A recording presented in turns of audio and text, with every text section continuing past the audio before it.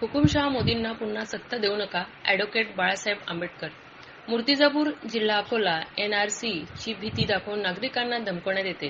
शासकीय यंत्रणांचा गैरवापर करून लोकशाही संपवण्याचे काम भाजपा व नरेंद्र मोदी करीत असल्याचा आरोप वंचित बहुजन आघाडीचे राष्ट्रीय अध्यक्ष ॲडव्होकेट बाळासाहेब आंबेडकर यांनी मूर्तिजापूर तालुक्यातील लोकसभा निवडणूक प्रचार सभेत बोलत होते.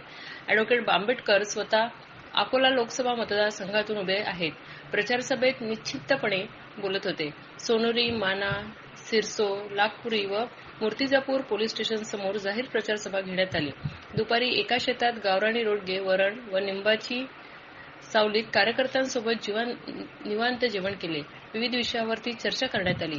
तालुकाध्यक्ष सुनील सरदार, श्रीकृष्ण बोळे, संगीत कांबे, शिक्षण सभापती माया संजय नाईक, बालकल्याण सभापती रिजवाना कुरेशी, कृषी सभापती योगिता रोकडे, मिलिंदा इंगळे, भैयासाहेब तायडे इत्यादी उपस्थित होते. शेतकऱ्यांना योग्य भाव देणारे सरकार व सामान्यांचे प्रश्न मांडण्यासाठी वंचित बहुजन आघाडीला मत द्या असे आवाहन त्या मतदारांना केले.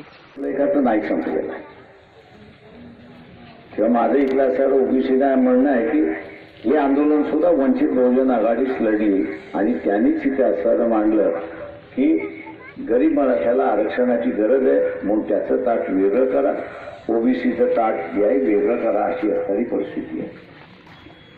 हे ताट ओबीसीनं वेगळं करायचं असेल तर वंचित शिवाय दुसरं तिसरं कोणीच नाही हे लक्षात घ्या. भारतीय जनता पक्ष हे आरक्षण संपवण्याच्या पाठीमागे. महाराष्ट्र न्यूजसाठी नीता पोटपुळेसह समाधान इंगळे.